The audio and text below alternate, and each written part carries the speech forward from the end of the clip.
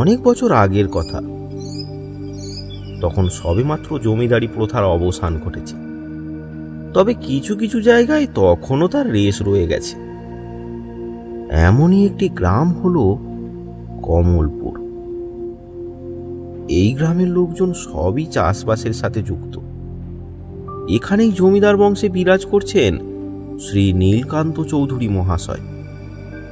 জমিদারি চলে গেলেও এখনো তিনি জমিদারের মতোই জীবনযাপন করেন। তার একটিমাত্র ছেলে প্রমোদ চৌধুরী। জমিদার গিন্নি মারা গেছেন তা আজ অনেক দিন হয়ে গেছে। এখন তার পরিবার বলতে তার একমাত্র ছেলে প্রমোদ চৌধুরী ও তার স্ত্রী আর একটিমাত্র নাতি। এছাড়াও কয়েকটি কাজের লোক বাড়িতে থাকে। নীলকান্তবাবু এখন জমিদার না হতে পারেন, তবে গ্রামের লোকের চোখে তিনি নাকি ভগবানের আর এক রূপ।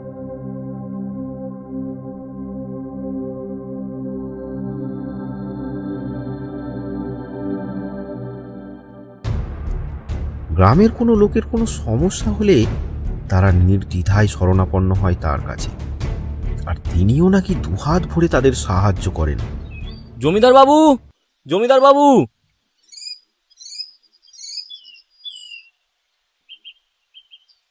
আরে ফটিক, তা এত সকাল সকাল কোনো বিপদ হলো নাকি? আগে বাবু, ছেলেটা বড় হচ্ছে, ওকে পাঠশালায় পাঠাবো। ও, আমার ছেলেকে পাঠশালায় পাঠাবে? বাবা বাবা বাবা, তা তো খুব ভালো কথা। পড়ার বই, পাঠশালায় গুরুমশাইয়ের বেতন, কিছু টাকা যদি দেন বাবু। ঠিক আছে ঠিক আছে, তা তা কিছু কাগজপত্র এনেছো? হ্যাঁ বাবু, আমার দক্ষিণে যে 3 শতক জমি আছে তারই কাগজপত্র এনেছি। বাবা বাবা বাবা, খুব ভালো খুব ভালো। প্রমোদ, বাবা প্রমোদ,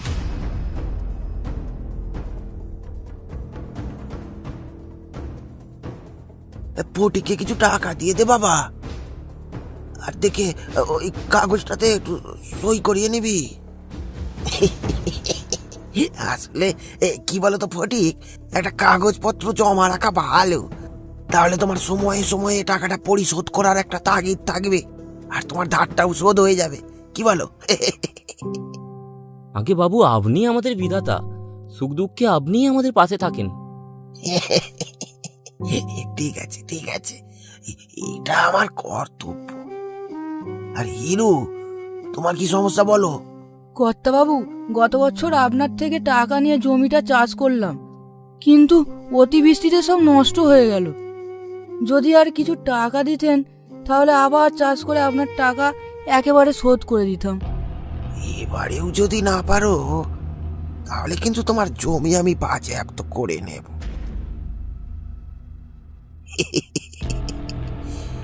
ভয় পেলে নাকি? আমি রসিকতা করছি।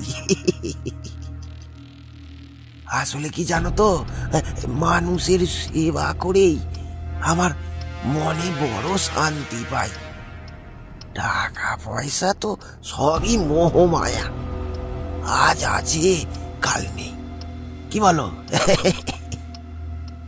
জানি কর্তাবাবু, আপনি আপনি আমাদের কাছে ভগবান। থাক থাক থাক, অনেক হয়েছে অনেক হয়েছে অনেক হয়েছে। সবই ঠিক আছে, কিন্তু তোমরাও না আবার কোনোদিনও গোবিন্দর মতো বলো যে আমি ঠক, আমি বেঈমান। না না কর্তাবাবু, আমরা তো জানি আপনি কি। শয়তান ব্যাটাটা বেঁচে থেকে তোর নাম করে গেল, আর মরে গিয়েও পিছু ছাড়লো না। কেন বাবু, গোবিন্দর ভূত কি এখনো আপনার পিছু করে? না না না, সে বেটা এখন বউ তোলে বন্দি। ভালোই জব্দ হয়েছে।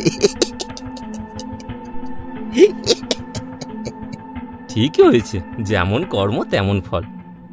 বাবা বাবা, চলো, ওষুধ খাবার সময় হয়েছে তো।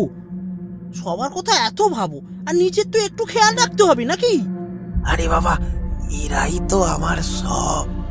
আচ্ছা আচ্ছা, তোমরা তাহলে এখন এসো কেমন?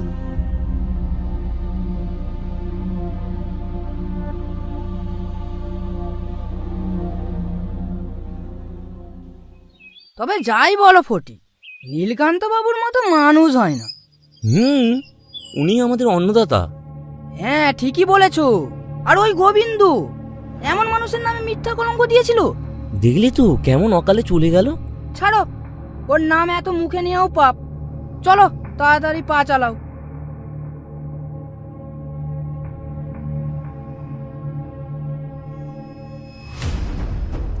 গোবিন্দর নামটা শুনে জানার আগ্রহ জাগছে নাকি? কে এই গোবিন্দ? কি বা ঘটেছিল তার সাথে? চলুন তবে ফিরে যাই আজ থেকে প্রায় 1 বছর আগে।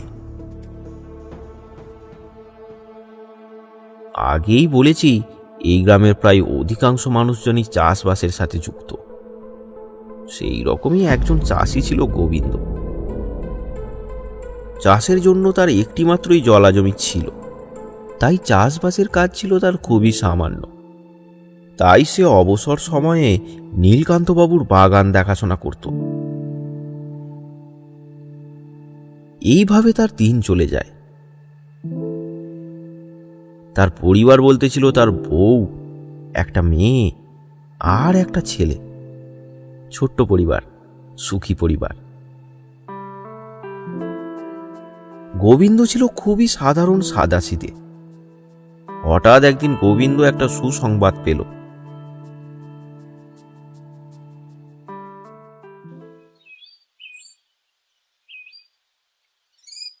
আরে গোবিন্দ, কোথায় চলেছো? দাঁড়াও দাঁড়াও, তোমার সাথে একটু কথা আছে। আরে আরে ব্রজবাবু, হ্যাঁ বলুন বলুন। এই তোমার বাড়ির ওই দিক দিয়েই আসছিলাম, দেখলাম তোমার মেয়ে উর্মিলা তো বেশ বড় হয়েছে, তা ওর বিয়ের কথা কিছু ভাবলে? হ্যাঁ গো, সেটা নিয়েই তো এখন আমার চিন্তা। মেয়েকে যে বিয়ে দিতে হবে। আমার হাতে একটা ভালো পাত্রের সন্ধান ছিল, বুঝলে? তাই? তা ছেলের বাড়ি কোথায়? আরে পাশের গ্রামে অসিরঞ্জন বাবুর ছেলে। একবার কথায় কথায় তোমার মেয়ের ব্যাপারে বলেছিলাম, ওদের তো দেখলাম পছন্দ আছে। তুমি যদি বলো তাহলে কথা আগাবো। হ্যাঁ সে তো ঠিক আছে, কিন্তু অত বড় বাড়ির ছেলে, দিনা পাওনা তো কিছু কম হবে না। আমি কি জোগাড় করতে পারবো? দাবি দাবা ওদের তেমন নেই, তা সে যাই হোক, একটু আধটু দেনা পাওনার জন্য তুমি এমন সোনার টুকরো ছেলেকে হাতছাড়া করবে? না না, আপনি দেখাশোনা শুরু করুন। ঠিক আছে, তাহলে এই কথাই রইলো, আমি আসি এখন।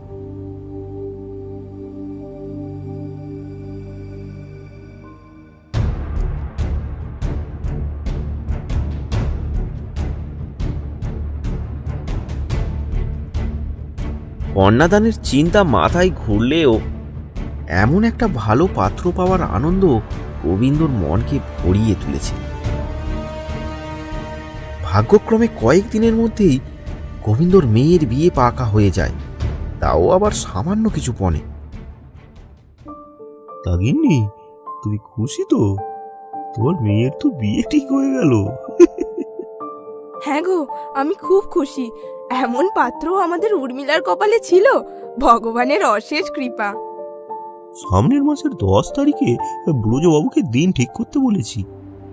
হ্যাঁ গো, সবই তো ঠিক আছে, কিন্তু ওরা যা পণ চেয়েছে সেগুলো কি করে দেবে?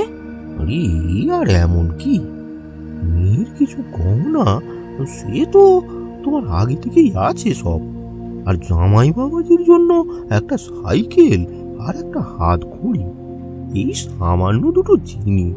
কিন্তু একটা সাইকেল, একটা ঘুড়ি, কত টাকা বলো তো? কি করে জোগাড় করবে? ওসব তুমি ভেবো না, আমি কাজের কিছু টাকা নীলকান্ত বাবুর থেকে পাবো।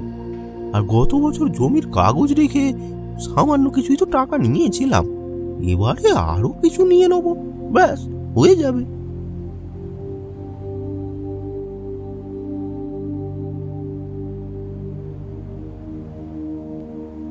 এরপর গোবিন্দ নীলকান্তবাবুর বাড়ি যায়। আরে গোবিন্দ, তোমার কথাই ভাবছিলাম, বলছি বাগানের কিছু কাজ আছে। হ্যাঁ কর্তাবাবু, সে অবশ্যই করে দেবো। বলছি কর্তাবাবু, আমার আগের কাজের টাকাগুলো যদি একটু হিসাব করে দেন ভালো হয়। হ্যাঁ হ্যাঁ, কেন নয়, নিশ্চয় নিশ্চয়। এই প্রমোদ, গোবিন্দর মজুরিটা ওকে একটু হিসাব করে দিয়ে দে তো। হ্যাঁ, ওর তো হিসেব করাই আছে, কাল তোকে আসতে বলেছিলাম। ওই হে গোবিন্দ, তোমার হলো গিয়ে 8 দিনের মজুরি পাও না, ওই 96 টাকা। এই নাও 100 টাকা, বাকিটা তোমার বকশিস। তা গোবিন্দ, হঠাৎ এত টাকার দরকার, কি ব্যাপার? আগে বাবু, আমার মেয়ের বিয়ে ঠিক হয়েছে। বাহ, সে তো খুবই ভালো কথা গো। তা পাত্র কেমন, বাড়ি কোথায়? পাশের গ্রামের ওসি রঞ্জন বাবুর ছেলে। আচ্ছা গোবিন্দ, তোমার মেয়ের বয়স কত? ওইটুকু মেয়ের বিয়ে দেবে? কি করব কর্তা, সুপাত্র সন্ধান তো আর সবসময় পাওয়া যায় না। খুব ভালো করেছো গোবিন্দ। তা আমরা নিমন্ত্রণ পাবো তো? বলছি কি কর্তা, যদি কিছু টাকা ধার দেন, পাত্রকে একটা সাইকেল দিতে হবে আর কি। আচ্ছা আচ্ছা, ঠিক আছে বাবা, ঠিক আছে। তুমি আরো 100 টাকা নিয়ে যাও। এই না না, না কর্তা, এতে হবে না, আপনি একটু বেশি করে দিন। একটা সাইকেল তো 500 টাকার নিচে হবে না। 500 টাকা? তা এত টাকা কি করে দিই বলো তো, কোনো কাগজপত্র ছাড়া? কেন কর্তা, আমার জমির কাগজপত্র তো আপনার কাছেই আছে। আরে ওটা দিয়ে তো তুই গতবার 300 টাকা নিয়ে গেলি, ওই মেয়ের পড়াশোনার জন্য, চাষের জন্য। সেটা তো এখনো শোধ দিলি না। ওই 5 শতক জমির কাগজ রেখে তোকে কত টাকা দিই বলতো? বাবু, এমন বলবেন না, আপনি টাকা না দিলে আমার মেয়ের বিয়ে ভেঙে যাবে। আমায় উদ্ধার করুন কর্তা, আমায় উদ্ধার করুন। শান্ত হ গোবিন্দ, শান্ত হ, শান্ত হ। দেখ, ভালো করে বোঝ, এই গ্রামের সবাইকেই তো আমাকে দেখতে হয়। তুই তো আর একা না, তাই যেটা দিচ্ছি সেটা নিয়ে যা। বাবু, এমন করবেন না বাবু, আমি আমি এখান থেকে নড়বো না। আপনি আমায় সাহায্য করুন, আপনি আমাকে সাহায্য করুন বাবু। আরে এটা হয় না রে, হয় না, হয় না। যা যা যা, তুই যা যা, আমাকে বিরক্ত করিস না। যা যা যা যা। কর্তা, কর্তা, উদ্ধার করুন কর্তা, আমার মেয়ের বিয়ে ভেঙে যাবে কর্তা, আমার মেয়ের বিয়ে ভেঙে যাবে কর্তা, কর্তা।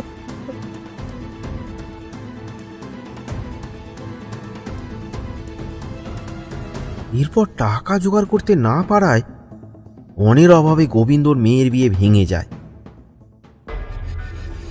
এরপর হঠাৎ একদিন রাত্রে গোবিন্দর গোটা পরিবারটা ঘরে আগুন লেগে মারা যায়।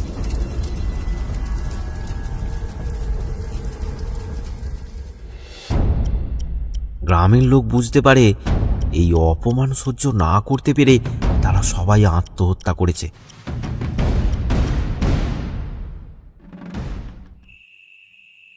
এই ঘটনার পর একদিন রাত্রে নীলকান্তবাবু শহর থেকে ফিরছিলেন গরুর গাড়ি করে, সাথে একজন লেঠেলও ছিল।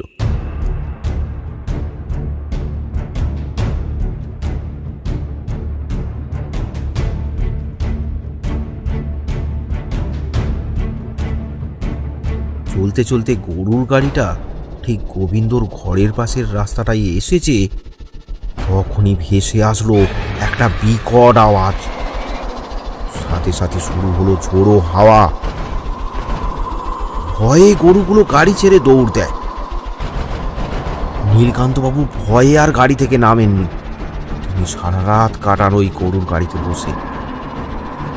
নীলকান্তবাবুর লেঠেল ও গাড়োয়ান সাথে ছিল বলে এ যাত্রা হয়তো রক্ষী। এরপরও বেশ কয়েকবার নীলকান্তবাবু গোবিন্দর প্রেতাত্মার কবলে পড়েন।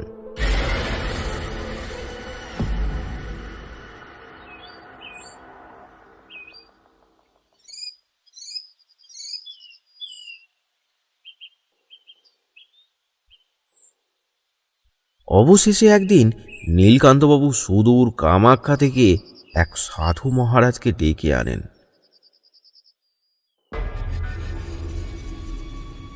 সেদিন ছিল কৃষ্ণ চতুর্দশীর রাত। গোবিন্দর পোড়া বাড়ির পাশে বসেই সাধু বাবা যজ্ঞ শুরু করেন।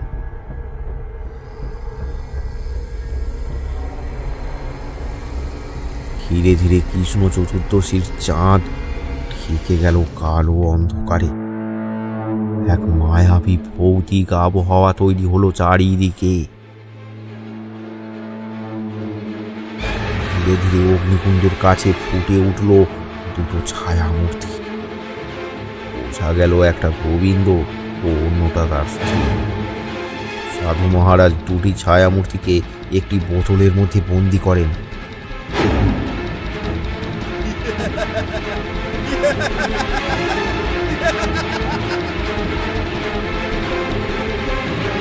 তারপর খালের জলে সেটা ভাসিয়ে দেন। যাক, এবার ভাসতে ভাসতে অন্যত্র চলে যাবে। তোর আজ থেকে কোনো ভয় নেই, বুঝলি? আপনি আমায় বাঁচালেন মহারাজ। তবে আমি বুঝলাম না, ওর গোটা পরিবার তোর পিছু কেন নিল? কি ক্ষতি করেছিলি? আর বলবেন না মহারাজ, সবই আমার সৎকর্মের ফল। এর উপকারে আসতে পারিনি, এটাই আমার দোষ। আগে যে ওর কত আমি উপকার করেছি তা বেটা সব ভুলে গেল। সুকর্মের ফল পাওয়া না গেলেও কুকর্মের ফল আবশ্যক, কথাটা সত্য।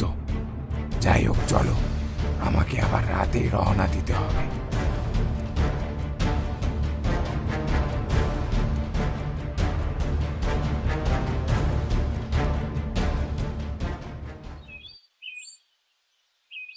সেই দিনের পর থেকে নীলকান্তবাবু আর কখনো গোবিন্দর ভূতের কবলে পড়েনি। তবে তিনি এটাই সবাইকে বলে বেড়ান, তিনি তার পরোপকারের ফল পেয়েছেন। তবে যাই হোক, সবশেষে তাহলে সততারই জয় হলো।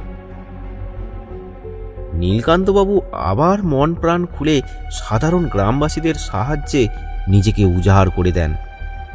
গ্রামবাসীদের চোখে তাঁর জায়গা ভগবানের থেকে কিছু কম নয়।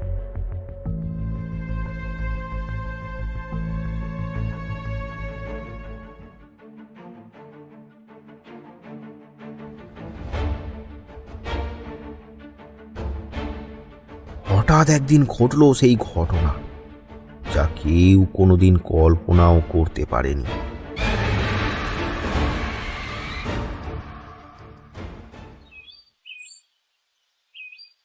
কি রতন, কোথায় যাবে? কেন দেখতে পাচ্ছ না? কাঁধে কোদাল, জমিতে যাব। কেন রে? দেখ, আমাদের দুজনের হাতেই কাস্তে। তাহলে কি আমরা ঘাস কাটতে যাচ্ছি? তা তোমরা কোথায় যাবে? আরে কামারের কাছে যাচ্ছি রে পাগল।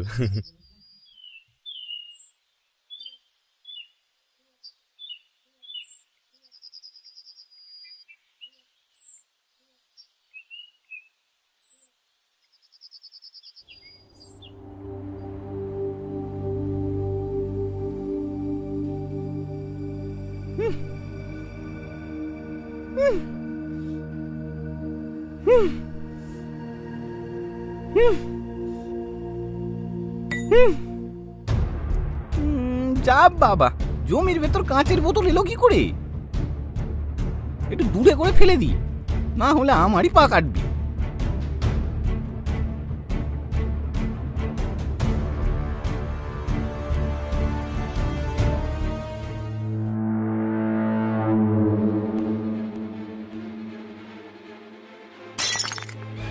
এইভাবেই হঠাৎ করে একদিন মুক্ত হয়ে গেল সেই দুটি অতৃপ্ত আত্মা। কিন্তু নীলকান্তবাবু গুণাক্ষরেও ব্যাপারটা টের পেলেন না। সেই দিনই নীলকান্তবাবু রাতে পাশের গ্রামের এক বন্ধুর বাড়ি থেকে নেমন্তন্ন খেয়ে বাড়ি ফিরছিলেন।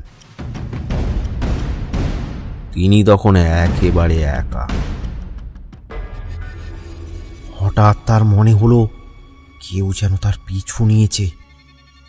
তিনি পেছনে পায়ের শব্দও শুনতে পাচ্ছেন। ভয়ে তিনি হাঁটার গতি আরও বাড়ালেন। হাঁটতে হাঁটতে তিনি গোবিন্দর ঘরের সামনে আসতেই আর এক পাও সামনে এগোতে পারলেন না। কেউ যেন তাকে টেনে ধরে রেখেছে। ভয়ে নীলকান্তবাবু কাঁপতে শুরু করেছেন। তিনি চিৎকার করতে চাইলেন, কিন্তু মুখ দিয়ে একটুও শব্দ বের করতে পারলেন না। কেউ যেন তার মুখ চেপে ধরে রেখেছে। এমন সময় একটা ঝড় উঠল। চারিদিকটা কালো ধোঁয়াতে ভরে গেল। ধীরে ধীরে চারদিকটা অন্ধকারাচ্ছন্ন হতে লাগলো। অন্ধকার, অন্ধকার, আরো অন্ধকার। কিছুক্ষণ পর শোনা গেল একটা চিৎকার।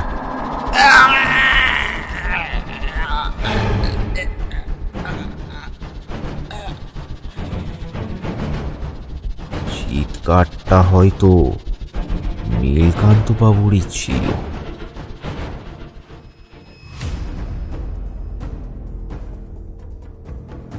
পরদিন সকালে গ্রামে শোরগোল পড়ে গেল। গ্রামের প্রায় সবাই জড়ো হয়েছে গোবিন্দর ভাঙা বাড়ির কাছে। সেখান থেকে কিছুটা দূরে রাস্তার পাশে পড়ে রয়েছে নীলকান্তবাবুর নিথর দেহটা। দেখে মনে হচ্ছে খুব কষ্ট দিয়ে তাকে কেউ হত্যা করেছে। গ্রামের লোকেদের আর বুঝতে অসুবিধা হলো না কাজটা কার। কর্তাবাবুর মুখটা দেখে বুকটা ফেটে যাচ্ছে। কি নির্মম ভাবে মেরেছে।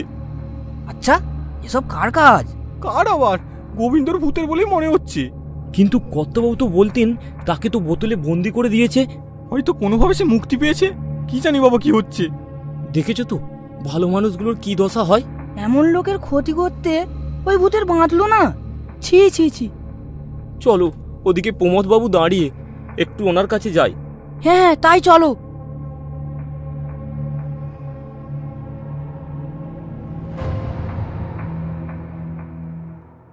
কর্তাবাবুর এসব কি হয়ে গেল? আমার তো মনে হয় এসব ওই গোবিন্দর ভূতের কাজ। সেটা তো আমিও সন্দেহ করছি, কিন্তু তাকে তো বোতলে বন্দি করা হয়েছিল। হয়তো কোনোভাবে সে বাইরে বেরিয়ে এসেছে। এখন যদি আপনার ক্ষতি করে? সেটাই তো ভাবছি ফটিক। এখন কি আবার সেই কামাক্কা থেকে সেই সাধুকে আনতে হবে ওই আত্মাকে বন্দি করতে? আমি বলি কি কর্তা, ওই আর বোতল টোতলে ভরে কোনো কাজ নেই। আবার যদি বেরিয়ে পড়ে? তাহলে কি করা যায়? কোনো উপায় জানো তোমরা? হ্যাঁ কর্তা, একটা উপায় আছে। কি উপায়? কি উপায় ফটিক, বলো। ভৈরব, ভৈরব নামে একজন আছে, ওই গাজীপুরে থাকে। শুনেছি সে নাকি মস্ত বড় সাধক। হ্যাঁ কর্তা, ওই ভৈরবই পারবি এই আত্মাকে শেষ করতে। কিন্তু গাজীপুর তো অনেকটাই দূর। আচ্ছা আচ্ছা, তোমরা দুজনে চলে যাও, আজই তাকে নিয়ে এসো এখানে। আমি বাবার দেহ সৎকারের কাজ শেষ করি। আচ্ছা আচ্ছা, ঠিক আছে কর্তা। তোমরা তাড়াতাড়ি রওনা হয়ে যাও, আর আমার গরুর গাড়িটা নিয়ে যেও।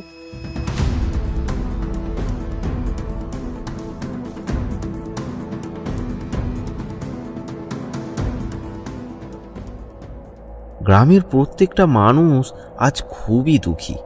এই জমিদার বাড়ির বিপদ আজ সারা গ্রামের বিপদ। তাই ফটিক আর হারু দেরি না করে রওনা দিল গাজীপুরের উদ্দেশ্যে।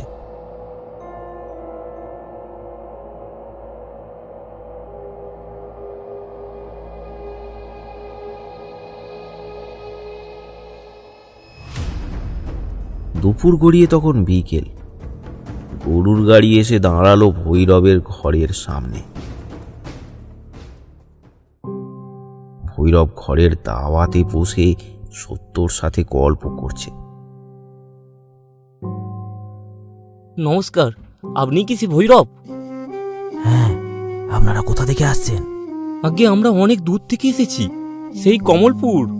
আচ্ছা আচ্ছা, বসুন বসুন। সত্য, এনাদের আসন দাও। না না, আমাদের আসন লাগবে না, এখানেই বসে পড়ছি। আপনার নাম অনেক শুনেছি, আজ নিজের চোখে দেখলাম। আচ্ছা ঠিক আছে, আপনারা বসুন। আর সত্য, এনারা অনেক দূর থেকে এসেছেন, এনাদের জন্য একটু জল বাতাসার ব্যবস্থা করো, যাও। হ্যাঁ, এবার এবার বলুন কি জন্য আসা আপনাদের? এই নিন জল। সবই তো শুনলেন, এবার আপনি চলুন। আমরা আমাদের জমিদার নীলকান্ত বাবুকে হারিয়েছি, আমরা আর ওনার ছেলেকে হারাতে চাই না। হ্যাঁ, খুবই রহস্যময় ব্যাপার, খুবই জট পাকানো। ঠিক আছে, তোমরা এসো, সন্ধ্যা তো হয়েই এলো, আমি কাল সকালে রওনা দেব, তোমরা এসো। কিন্তু ভয় করছি, আজ রাতেই যদি কোনো অঘটন ঘটে যায়। না না, সেই নিয়ে ভয় পেও না, দাঁড়াও।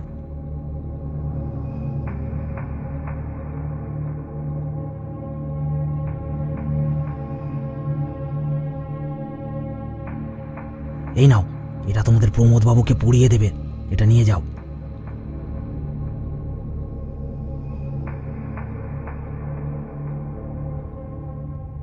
তা সত্য, কাল যাবে নাকি আমার সাথে? আপনি নিয়ে যাবেন? চলুন তবে। ঠিক আছে, তাহলে কাল সকাল সকাল আমরা রওনা দেব।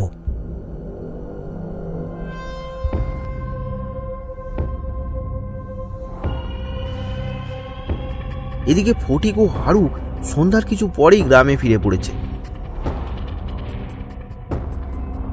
তারা তাড়াতাড়ি করে প্রমোদ বাবুকে তাবিজটা পরিয়ে দেয়। কথা, এটা পড়ে থাকলে আর কোনো ভয় নেই। সে ঠিক আছে, তা সেই ভৈরব কখন আসবি? এইসব তাবিজ টাবিজে কাজ হবে না। আমি চাই ওই আত্মার শেষ হোক। উনি কাল সকালেই আসবেন বলেছেন।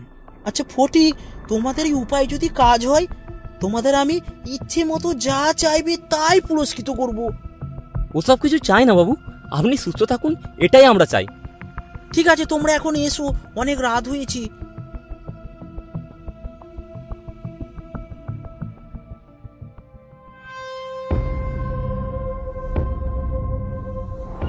পরদিন একটু বেলা হতেই ভৈরব এসে পৌঁছল কমলপুরে, তার সাথে সত্যও আছে। ভৈরব যখন জমিদার বাড়িতে পৌঁছল, সেখানে তখন অনেকেই ছিল। ওই তো ভৈরব এসে গেছে কর্তাবাবু। নমস্কার, আপনি যে আমাদের ডাকে সাড়া দিয়েছেন, এতেই আমরা কৃতজ্ঞ। তা সবই তো শুনেছেন, এবার আপনি কিছু একটা উপায় দিন। চিন্তা করবেন না, আমি ওই ভূতকে ধরে ওর সদ্গতি করে দেব। কবে করবেন ঠিক করছেন? কবে মানে? আজ রাতেই আমি ওকে ধরবো, বেশি সময় নষ্ট করা যাবে না। আচ্ছা ঠিক আছে, এখন চলুন, একটু বিশ্রাম নেবেন আর জলযোগ করবেন, চলুন। হ্যাঁ, তবে এই মহলে না, অন্যত্র কোথাও ব্যবস্থা থাকলে বলো, না হলে গাছতলাতেও আমার কোনো সমস্যা নেই। ঠিক আছে, আমার বাগানে একটা কুঁড়ে ঘর আছে, ওখানেই আপনার থাকার ব্যবস্থা করছি। এই ফটিক, ফটিক, যাও, এনাদেরকে আমার ওই বাগানের বাড়িতে নিয়ে যাও। আর হ্যাঁ, রাত্রে আপনি বাড়িতেই থাকবেন, বাড়ির বাইরে বেরোবেন না। আমি আসি।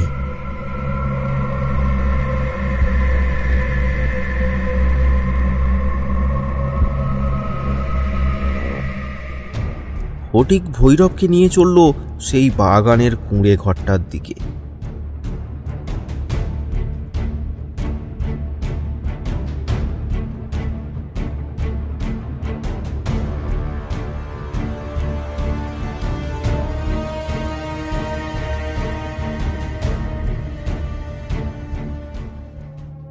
ফটিক, তুমি রাত্রে একবার এসো, কেমন? কেন কেন বাবা?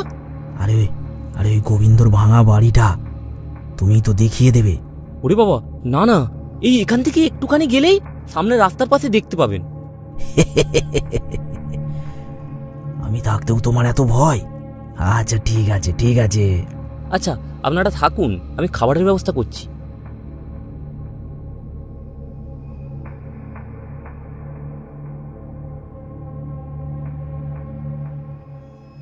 এই বলে ফটিক সেখান থেকে চলে গেল। সবাই অপেক্ষা করছে রাত হওয়ার। ভৈরব কি পারবে ওই ভূতকে সায়স্তা করতে?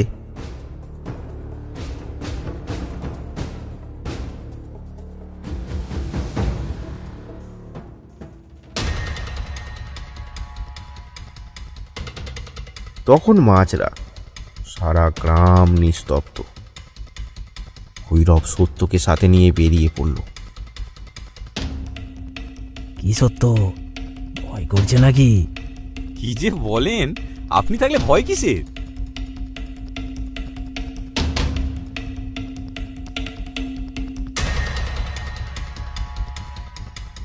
অবশেষে দুজনে এসে পৌঁছলো সেই পোড়া ঘরটার সামনে। চারিদিকটা থমথমে। ভৈরব দাঁড়িয়ে মন্ত্রোচ্চারণ করতে লাগলো। সাথে সাথে একটা ঝোড়ো হাওয়া উঠল, আর তার সাথে শোনা গেল ভৌতিক চিৎকার।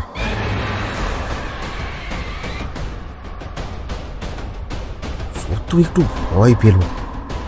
হঠাৎ ঝড়ের গতিতে কিছু একটা এসে সত্যকে ছিটকে ফেলে দিল দূরে।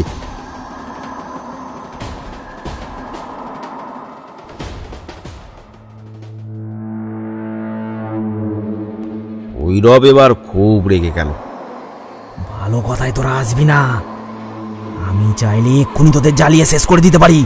সেই মারণ অস্ত্র আমার কাছে আছে। তুই এমন করলে তোরা বড় জন্ম আর পাবি না, সেটা আমি চাই না। তোরা পথভ্রষ্ট হয়েছিস, তোদের আমি মুক্তি দেবো। আয় আয় তবে রে। এই বলে ভৈরব মন্ত্রোচ্চারণ করতে যাবে, সাথে সাথে চারিদিক থেকে ভেসে আসলো কান্নার রোল। অনেকগুলো ছায়ামূর্তির আবির্ভাব হলো সেখানে।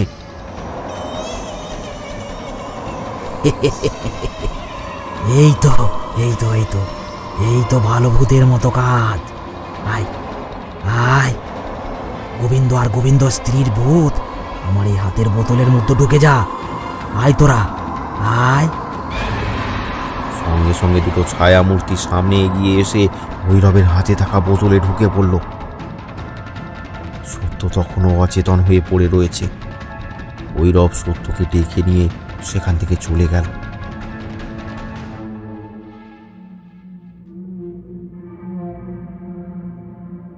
সত্য, এখন ঠিক আছো তো? হ্যাঁ হ্যাঁ ঠিক আছি। কি সাংঘাতিক ভূত! ভালো কাজের শত্রু হয় দেখেছি, কিন্তু ভূত শত্রু দেখে তো মনে হচ্ছে জমিদার পরিবারটা খুবই ভালো। প্রমোদ বাবু, শুনলাম ওনার বাবাও খুব ভালো ছিলেন। ভালো করার এমন প্রতিদান! সব ভালো কাজ সবার জন্য ভালো নাও হতে পারে সত্য, তবে আমার কেমন একটা খটকা লাগছে, বুঝলে? হঠাৎ দেখা গেল পাশের সেই বোতলটা নড়ছে। সত্য আবার খুব ভয় পেয়ে গেল। এ তো ভারী বজ্জাত ভূত এখনো। আমার কি মনে হচ্ছে যেন ওরা কিছু বলতে চায়। তার উপর এই ব্যাপারটা আমার একটু খুব সন্দেহজনক লাগছে। তুমি শান্ত হয়ে বসো, আমি ছিপি খুলছি। কিন্তু ওরা যদি পালিয়ে যায়? বোতল ছেড়ে পালাবে, কিন্তু এলাকা ছেড়ে তো নয়। এই বলে হাসতে হাসতে ভৈরব সিপিটা খুলে দিল। সঙ্গে সঙ্গে দুটো ছায়ামূর্তি বাইরে বেরিয়ে এলো। তাদের কান্নায় ভরে উঠল চারিদিকটা। এই কান্না থামাও, শান্ত হও, শান্ত হও। আমাদের কান্না থামবে না, আমরা অসহায়, বড় অসহায়। হ্যাঁ, অসহায় কি আছে? একজন লোক যে তোমাদের সাহায্য করলো না, তাকে তোমরা মারতে চাও? তোমরা জীবন যুদ্ধে হার মেনে গেছো, তাই তোমরা আত্মহত্যা করেছো। তা বলে তোমার মৃত্যুর জন্য তুমি তাকে দায়ী করছো? আত্মহত্যা? না, এটা হত্যা। আমাদেরকে মেরে ফেলা হয়েছে। মানে মানে কি বলছো? শোনো তবে, জমিদার বাবু এমন করে মুখ ফিরিয়ে নেবেন তা কি করে বুঝবো? কি করবে বলো? অতগুলো টাকা ওনারও তো দেওয়া সম্ভব নাও হতে পারে। ওনাকে সবার কথা ভাবতে হয়। তাহলে এখন কি করব বলো তো? তুমি বরং একা যাও নীলকান্ত বাবুর কাছে। তুমি জমিটা বেচে দাও ওনার কাছে, আর টাকা নিয়ে নাও। ঠিক বলেছ, কিন্তু উনি যদি এই জমি না কিনতে চায়? তাহলে তুমি ওই 200 টাকা দিয়ে জমির দলিলটা নিয়ে চলে এসো। আমরা বরং জমিটা অন্য কোথাও বেচে দেব। মেয়ের বিয়েটা তো উদ্ধার করতে পারবো। ঠিক বলেছ, উনি হয়তো এমনটা করবেন না। ওনার মতো মানুষ দুটো হয় না।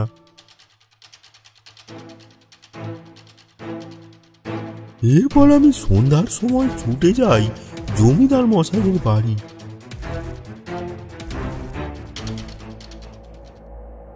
কি ব্যাপার গোবিন্দ, এমন সময় তোমাকে তো বললাম এত টাকা দেয়া যাবে না। বলছি যে কর্তাবাবু, আপনি আমার জমিটা নিয়ে নেন, ওটা আমি আপনাকে বেচে দেব। আমাকে টাকা দেন কর্তাবাবু, আমাকে টাকা দেন। বলো কি, বেচে দেবে? ও জমি কি তোমার যে তুমি বেচবে? তাও জমি তো আর তোমার নেই গোবিন্দ। আপনার মানে?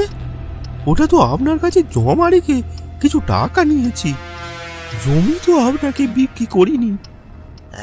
সে করনি, টাকা শোধ করেছো। টাকা শোধ করতে পারে না আর জমি চাই, মগের মূল্য পেয়েছো। ঠিক আছে, আমি 200 টাকা এনেছি।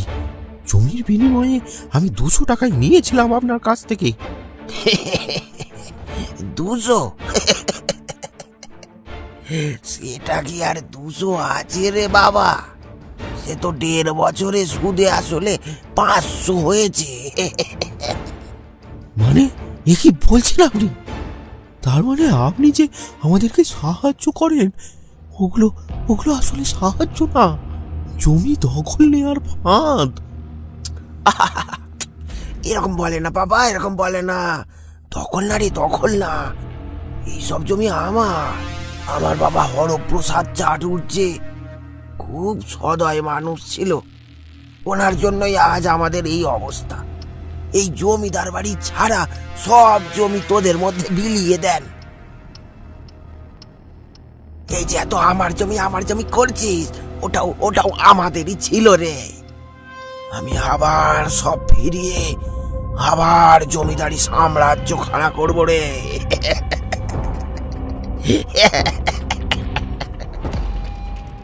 গ্রামের সাদা সিধে সরল মানুষগুলোকে আপনি এইভাবে ঠকাচ্ছেন।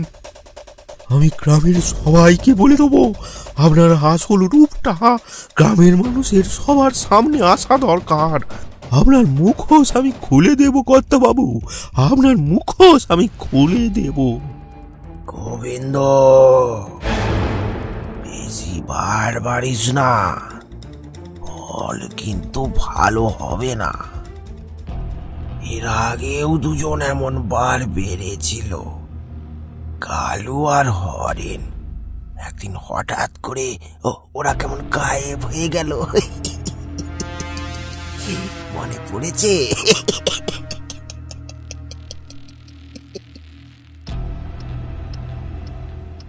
ছি কথা, ছি, আপনাকে আমরা ভগবান ভাবতাম, আর আপনি ছি ছি ছি ছি কথা, ছি। কাল সকালেই আমি আপনার আসল রূপটা সবার সামনে নিয়ে আসবো। তোর ছলনার দিন আজ থেকে শেষ নীলকান্ত, তোর ছলনার দিন আজ থেকে শেষ।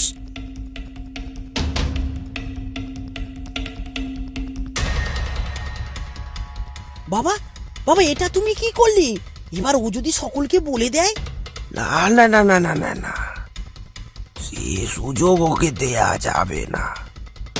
যা, তোরা ওর মুখটাকে চেপে দে। তবে মনে রাখিস, কেউ যেন জানতে না পারে। আমার একটা সম্মান আছে না।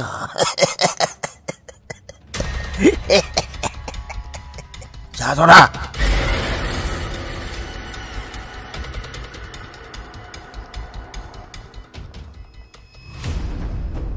আমরা মানুষ চিনতে কত বড় ভুল করেছি দেখলে। নীলকান্ত বাবু এমন কখনো স্বপ্নেও ভাবিনি আমরা। কাল সকাল হলেই আমি গ্রামের সবাইকে বলবো। এমন সময় হঠাৎ বাইরে থেকে কাজের কথা বলার শব্দ শোনা গেল। জানালার সামনে গিয়ে দেখি জমিদার বাবুর 2 লেঠেল আমাদের ঘরে আগুন লাগাচ্ছে। এই এই ওই দিকটা আগুন লাগা, আগুন লাগা, ওইদিকে আগুন লাগা, আগুন লাগা। আর দূরে অন্ধকারে দাঁড়িয়ে জমিদার বাবু হাসছে।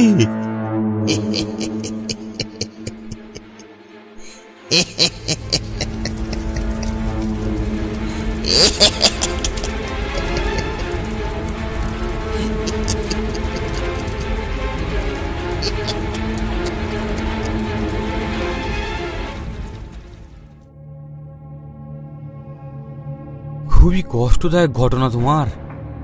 ঠিক আছে, যা হয়েছে তা তো আমি আর বদলাতে পারবো না। এখন আমার একটাই কাজ, তোমাদের আত্মাকে মুক্তি দেওয়া। না, কখনোই না। এত সহজে আমি মুক্তি চাই না। প্রতিশোধের আগুন যতদিন না নিবে। কেন? প্রতিশোধ নিয়েছো? নীলকান্ত বাবুকে মেরে তোমাদের এখনো মন শান্ত হলো না? হয়েছে, তবে আরো একজন আছে। আরো একজন? কে সে? নীলকান্তের ছেলে প্রমোদ। কেন? সে তো তোমার কোনো ক্ষতি করেনি। শুনেছি উনিও খুব ভালো মানুষ।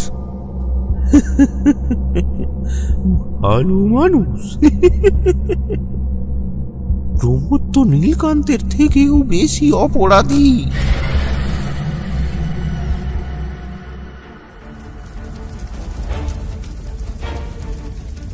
চারিদিকে আগুন দাউ দাউ করে চলছে।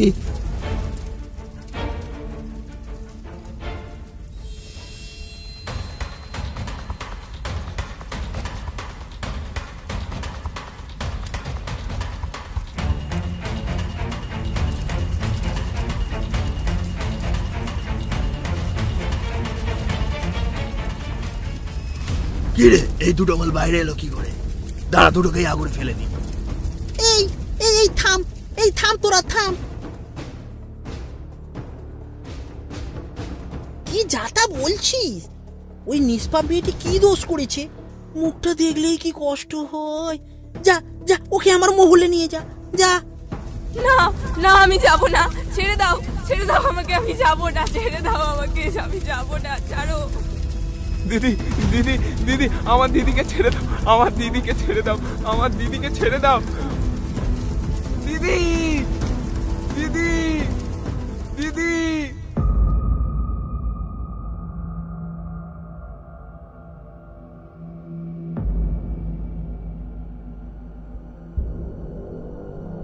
ওই প্রমোদ আমার মেয়েকে নিয়ে চলে যায়। আমার মেয়েকে ওর দাসী করে রেখেছে। ওকে মেরে আমার মেয়েকে ওর হাত থেকে মুক্ত করতে হবে।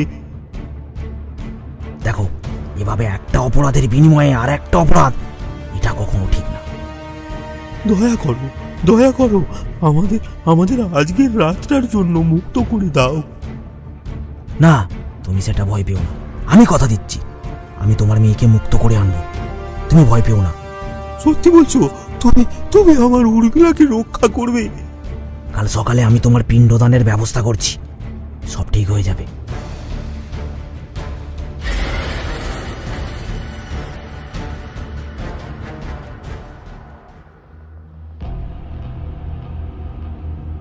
কিরে কিরে, খাচ্ছিস না কেন? খা খা।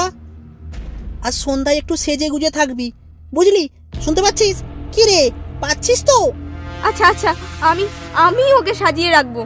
প্রমোদ বাবু, প্রমোদ বাবু, বাইরে আসুন।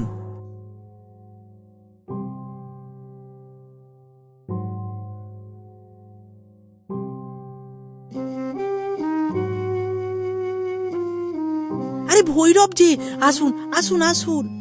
তা কিছু উপায় হলো? ওরা আর কোনো ক্ষতি করবে না। শুধু আজ আপনি একটা ব্রাহ্মণ ডেকে ওদের সাধ্য করিয়ে দিন, তাহলে আত্মা মুক্তি পেয়ে চলে যাবে, আর আসবে না।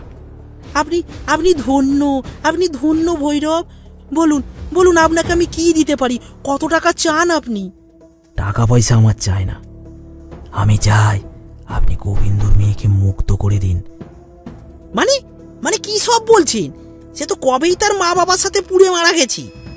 সেদিন কি ঘটেছিল সব আমার জানা। আমি কিন্তু গ্রামবাসীদের সকলকে বলে দেবো। যান যান, আপনি কিছুই করতে পারবেন না, যান।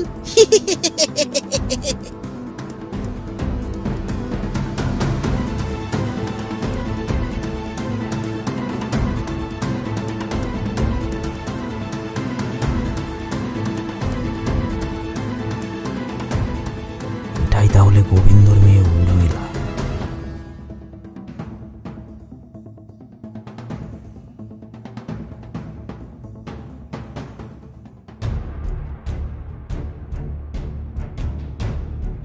এদিকে প্রমোদ খুব নিষ্ঠার সাথেই গোবিন্দর সাধ্যের কাজ করল।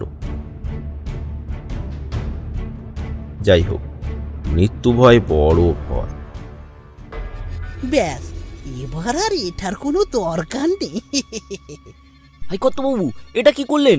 এটা ছিঁড়ে ফেললেন, কিছু হবে না তো? আরে আরে না, শ্রাদ্ধ শান্তির পর ওই পেট পালিয়ে গেছে, আমার আরো কিছুই করতে পারবে না।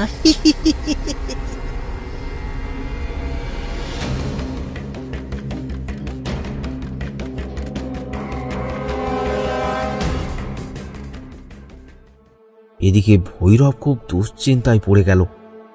কিভাবে সে কথা রাখবে? কিভাবে সে গোবিন্দর মেয়েকে মুক্ত করবে? গ্রামের লোকেদের যে বলবে, কিন্তু তাদের কাছে তো গোবিন্দর মেয়ে মৃত। আপনাকে এত চিন্তিত লাগছে কেন? সত্য, আমি হয়তো হেরে গেলাম, পারলাম না কথা দিয়ে কথা রাখতে।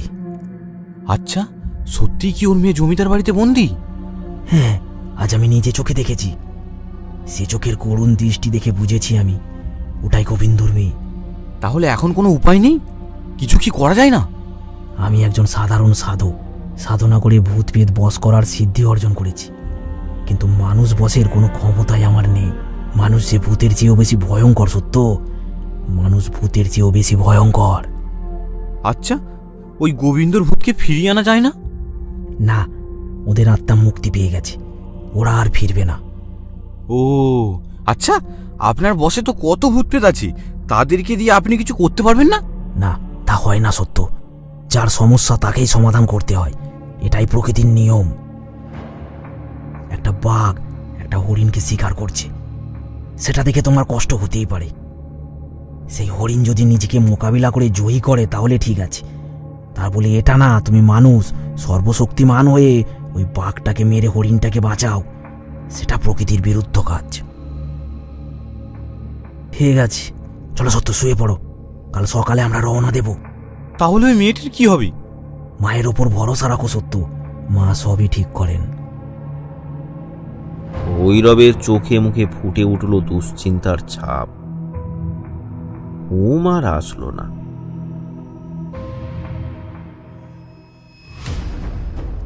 পরদিন সকালে কমলপুর গ্রামে ফুটে উঠল এক নতুন সূর্যের কিরণ। আজ থেকে তাদের গ্রামের এক যুগ শেষ হলো। চিরতরে মুছে গেল জমিদার বাড়ির নাম, কারণ জমিদার বাড়ির শেষ বংশধর প্রমোদবাবু মারা গেছে।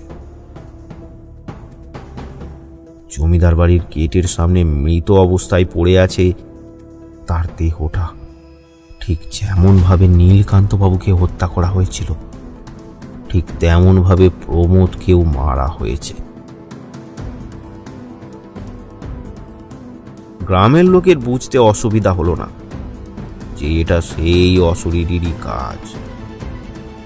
তাহলে কি সেই আবার গোবিন্দ? কি ভৈরব, আমরা আপনাকে মস্ত বড় সাধক ভেবেছিলাম, আপনি ওর থেকে কিভাবে বন্দি করলেন যে ও আবার ফিরে এলো? সব ভণ্ডামি, শুধু মিথ্যে বলে টাকা হাতানোর ফন্দি। আপনার উপর বিশ্বাস করে আমরা আমাদের ভগবানকে হারালাম। আপনি চলে যান, আপনি এখান থেকে চলে যান। ভৈরব কোনো কথা বলল না, নির্বাক হয়ে সেখান থেকে চলে গেল।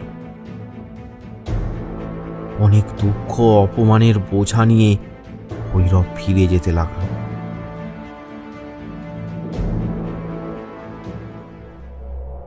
আচ্ছা, আমি কিন্তু বুঝতে পারছি না। আপনি বললেন গোবিন্দ আর ওর বউয়ের আত্মা মুক্তি পেয়েছে আর ওরা ফিরে আসবে না, তাহলে এটা কি করে সম্ভব? ওই যে শুনলে না, আমি ভণ্ড, আমি ওই ভূতকে তাড়াতেই পারিনি। হয়তো সে ফিরে এসেছে। তা এটাও আমাকে বিশ্বাস করতে হবে? বলুন রহস্যটা কি? কে মারলো প্রমোদকে? গোপাল, গোবিন্দর ছেলে গোপাল। গোপাল গোবিন্দর ছেলে?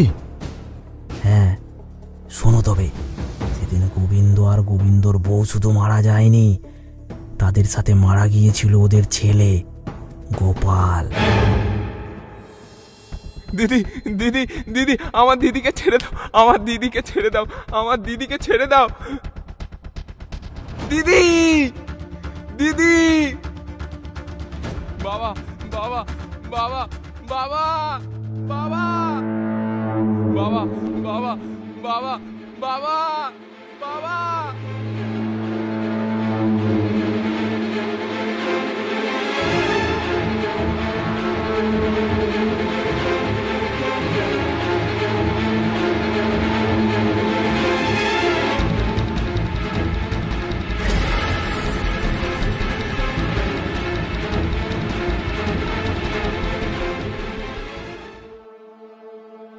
সে নিতান্তই ছোট, তাই তার মাথায় এই ভালো মন্দ ব্যাপারটা আসেনি। কিন্তু কাল রাতে আমি কিছুতেই ঘুমাতে পারিনি। হঠাৎ করে আমার মনে পড়লো এই ব্যাপারটা। আমি সাথে সাথেই ছুটে গেলাম গোবিন্দর সেই পোড়া বাড়ির সামনে। দেখতে পাই অন্ধকারে একটা ছোট্ট কালো ছায়া মূর্তি বসে বসে কাঁদছে। আমার একটুকু বুঝতে অসুবিধা হলো না, ওটাই হয়তো গোবিন্দর ছেলে। কে কে ওখানে? সামনে এসো। কে তুমি? কি হলো বলো, কে তুমি? আমার নাম গোপাল। ও, তুমি গোবিন্দর ছেলে? তা এখানে বসে কাঁদছো কেন? কাঁদা ছাড়া কি করব? আমি কি বা পারবো? কি করব মানে? সত্যর সর্বনাশ। তোমার দিদির জীবন মুক্ত করো। আমি কি পারবো? বড় কার্য করার জন্য বড় চেহারা লাগে না, লাগে বড় সংকল্প।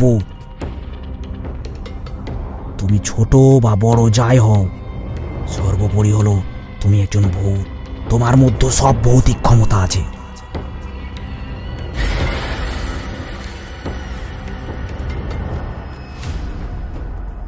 আগুনে শুধু ঘি দেওয়াটাই আমার কাজ ছিল, বাকিটা তো তুমি দেখতেই পাচ্ছ। আপনি গুরুদেব মানুষ। আচ্ছা, তাহলে আপনি গ্রামের লোকেদের কিছু বললেন না কেন?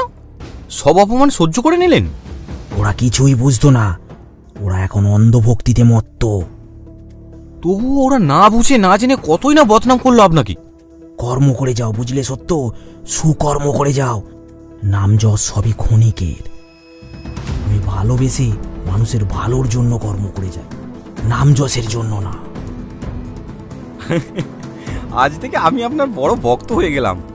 আশা করি এইভাবে ধীরে ধীরে সবাই আপনার ভক্ত হয়ে যাবে। জয় ভৈরব বাবা জয়, জয় ভৈরব বাবা জয়, জয় ভৈরব বাবা জয়।